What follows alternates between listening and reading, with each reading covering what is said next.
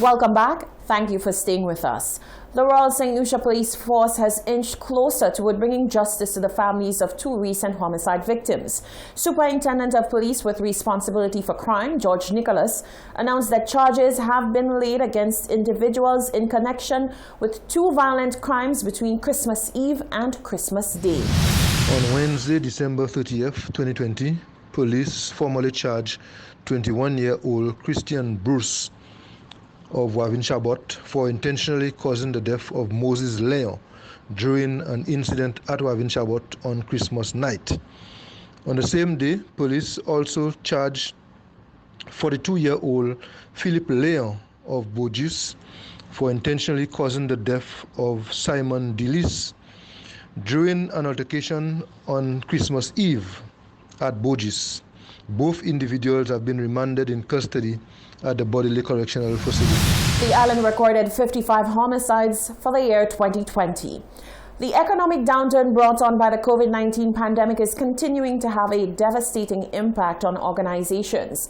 On Monday, the St. Lucia National Trust announced that it had been forced to undertake a number of measures in light of its already precarious financial situation, which has only been exacerbated by COVID-19. Nisha Charles reports.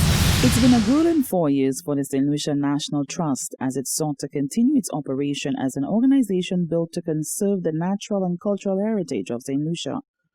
After having its government subvention of $700,000 cut in 2017, the organization has still managed to continue operating, albeit in a lesser capacity. But with the onslaught of COVID-19, the Trust has been forced to undertake some drastic changes due to its dire financial situation.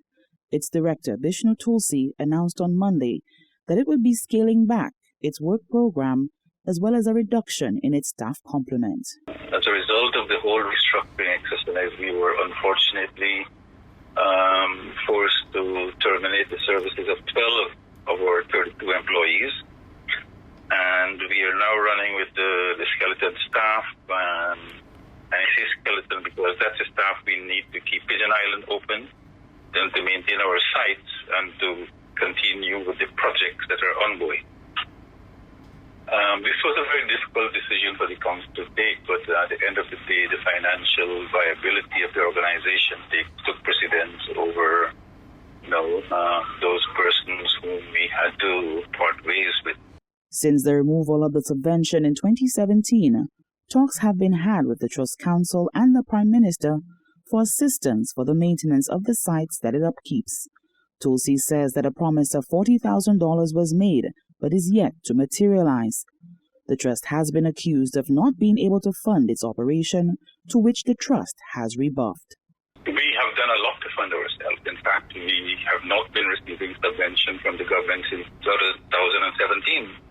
And we continue to operate. The COVID has really changed things for us, and it has changed things for a lot of business. But the trust is a viable entity. Even when the subvention was cut, we did have to scale back on some of our investments, and that also prevented us from doing some of the other things we had planned to increase revenue stream. The Prime Minister asked us to submit capital projects, which he said he will look at the funds so that we could improve our revenue stream. But that never happened. We've submitted those every year since 2017. And we are still to even get an acknowledgement that they were submitted. Tulsi says in spite of claims that the organization cannot fund its operations, it is the duty of the state to support. The St. Lucia National Trust is the only national trust in the world that is not supported by the government. Governments create these organizations to work on behalf of the government, and governments have a duty to support them, just like they support any other entity that they create. We were not created to be a business. We were created to protect the patrimony of the country. We recognize the importance of financial stability. That's why we took the steps that we did to increase our revenue streams from $500,000 to $2.5 million. Between 2005 and now, in the last 15 years. One always has to balance the reason why you exist and your financial viability. And we exist for heritage conservation. That is our raison d'etre.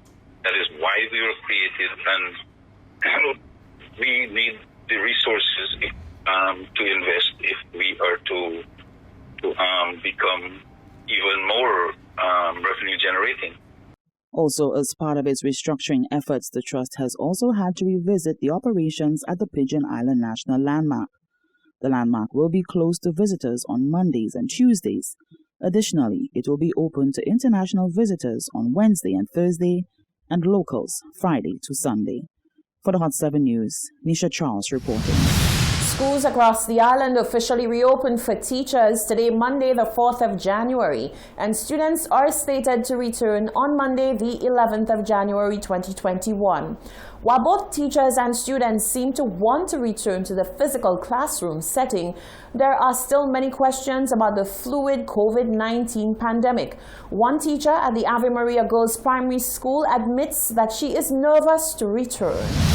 The Ministry of Education has announced that schools will officially be reopened on January 11, 2021. Parents have expressed mixed feelings about having their wards return to school. However, education officials have indicated that protocols will be in place to ensure the spread of the virus is kept at bay at the schools. Hot 7 spoke with a grade 6 teacher at the Ave Maria Girls Primary School, Marvel Modest Lubin, who explained that she is nervous about returning to a physical setting. Honestly, I'm scared, not just scared. I have to look at my students are primary school students. They are children, and children can be very careless.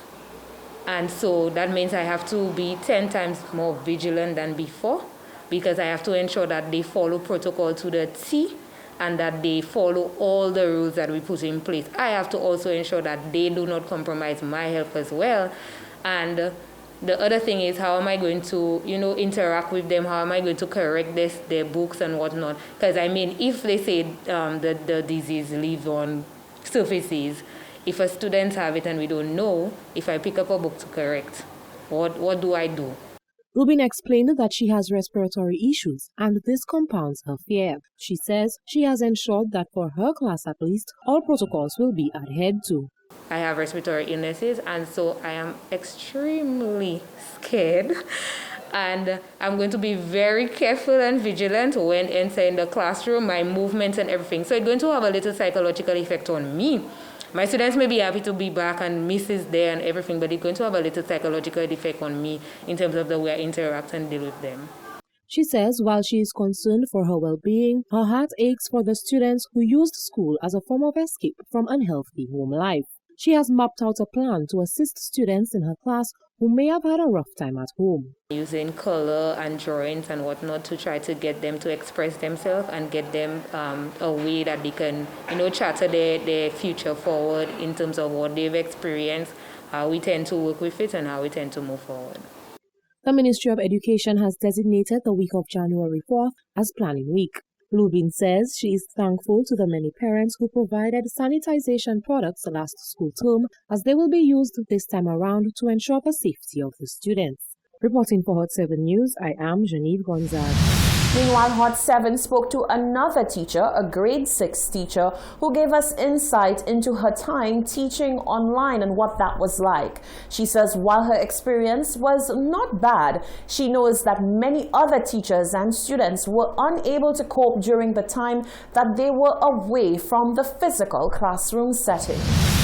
Teachers and students had the mammoth task of adapting to online learning due to the COVID-19 pandemic. After 6 months of electronic learning, physical schools are slated to reopen on January 11, 2021. A grade 6 teacher at the Ave Maria Girls Primary School, Marvel Modest Lubin, explained to Hot 7 on Monday what online teaching was like for many teachers around the island. She says, in addition to the obvious of not having devices or not being able to access internet connection, there were many other issues both teachers and students faced.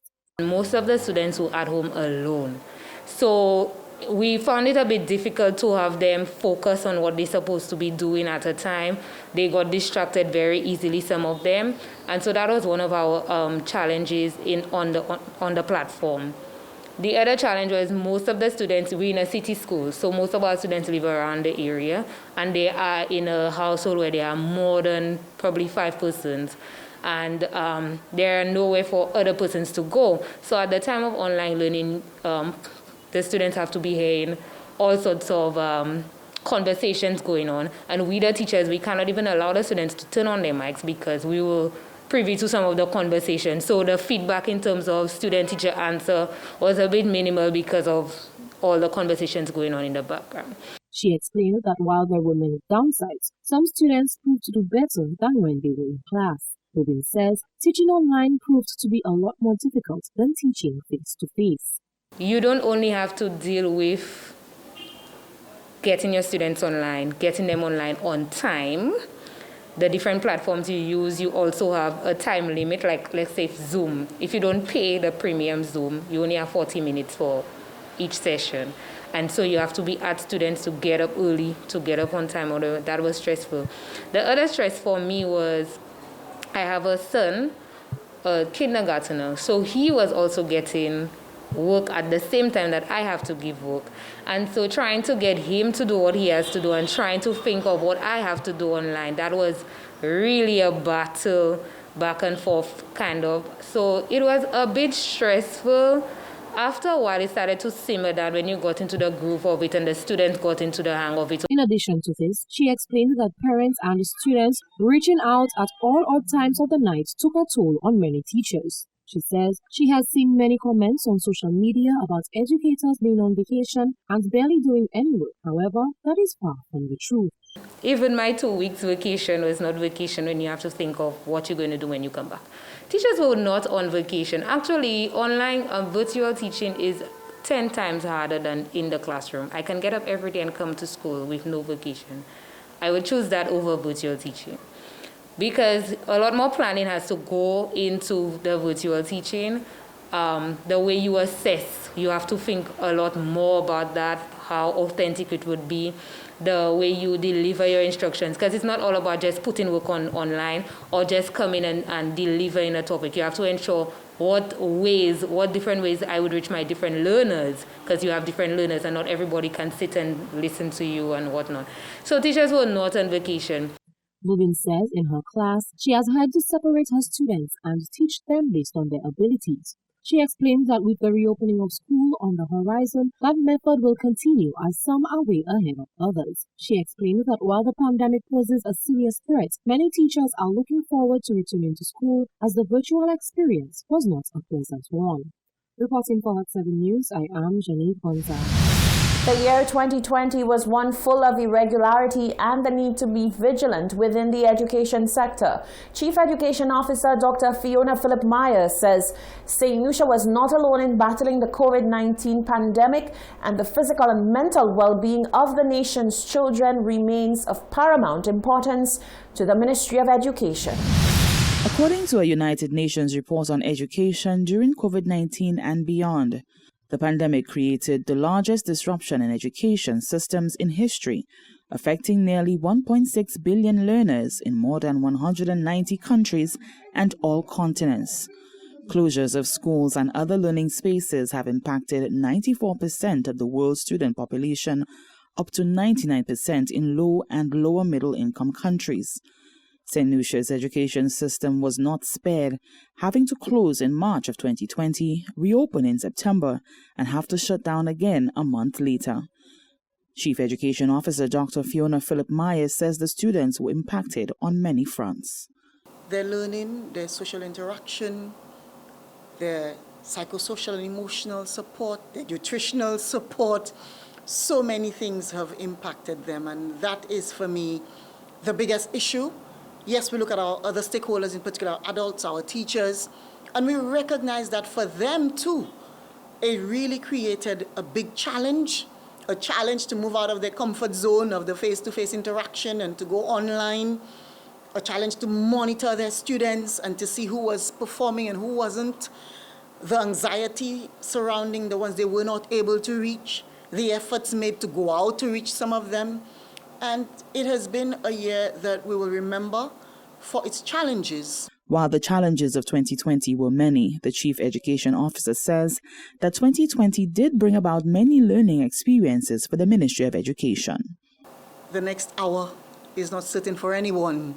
You know, the things that we take for granted, the structures we have in place, you know, the routines that we think are just the norm can be changed within an hour, can be changed within a day. And so the lessons learned are to really be flexible, to be vigilant, to appreciate what we have, but to put plans in place to ensure that when things do happen, we can do our best to work with it. And a big lesson for me is really about being positive, you know, the optimism of individuals and the resilience of a people. In this case was the pandemic. Other cases has been a storm, it has been a hurricane, you know, in other parts of the world it may have been, you know, an earthquake, but it is that we are resilient people. Teachers return to the classroom on January 4th, while students will return on January 11th, 2021. For the Hot 7 News, Nisha Charles reporting. After 1 month of government deployment of COVID-19 wardens, our team took to the streets to get your views on the effectiveness of the program after several social media complaints.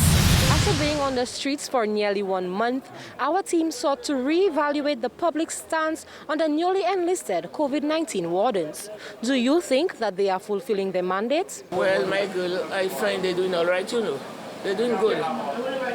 Because half a loaf is better than none, because it's not they have work and that's what they find to do. That's what they get for them to do. They're doing it.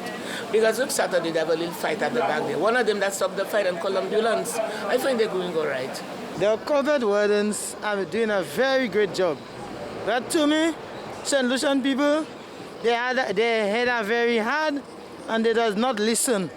They doesn't want to wear the mask. So I think they're doing a really great job. I observed them and assessed them too. They was doing a pretty good job. They was not shouting after people. They were come politely, and I think they was doing a fair job. And I can give them praise for speaking to people one-on-one about the reign of the use of the mask and the purpose of it. And that is very nice about them. And I find that it's a good thing that the government employ. They release the police from the stress and the hustle and bustling. They do the job as a police officer. I think they could continue. I wouldn't say they're not doing a good job, you know, but some of them fellas, I don't find they troubling anybody about masks too much. Because, I mean, they never ask me about my mask. I always have mask. I always have my mask, you know. But the reason why I always have my mask, to be honest with you, when you go into a supermarket anyway, you can't go in without a mask. But I just feel stifling all the time with a mask in my face all the time, you know. So if I have a mask on my face, to me, it's good, but then I cannot leave it on my face all the time. But if I facing people, I don't really mix with no crowd or nothing like that. I always on my own thing, always by myself, you know. But then to me, they're doing a good job. To me, I don't see no difference, no? Because to me, I thought they would bring some stronger people. I know everybody need a job, need money, but I think them little, and I think anybody will respect those people, because to me, I don't see no difference, because I still see people wearing masks and doing the same set of things. I don't see no difference. Maybe they just want to give somebody a bread, they give somebody a bread, but I don't see no difference. I agree for my Prime Minister to recruit some of the warden, okay? But nowadays I prove to them, the warden, the city police, I have not seen nothing they do in this country. All I ask in the Prime Minister this year, for all, they're doing nothing good. I watching people, more people walking without masks, more people walking and they're talking, they don't have nothing. Imagine, that was a fellow selling by the next market in Bodde. I've been calling, reporting that the amount of people sitting down, selling, talking, spitting, and more I tell him to wear masks. He refused, and the city police, the warden, all understand that watch nothing. I agree. For Herman Gale or whatever, Prime Minister, for all the warden, even the city police too. The police and them are doing a very good job, the wardens, because when some people see warden, they're going to do something, they're doing it. But if there are no warden, they're doing anything. So let's just accept it. I will accept the things I cannot change, and the courage to change the things I can. Everybody needs a job. So you cannot be proud of people from, even his robbers, they pick up. They need a job. So whatever work they give them, I'm satisfied.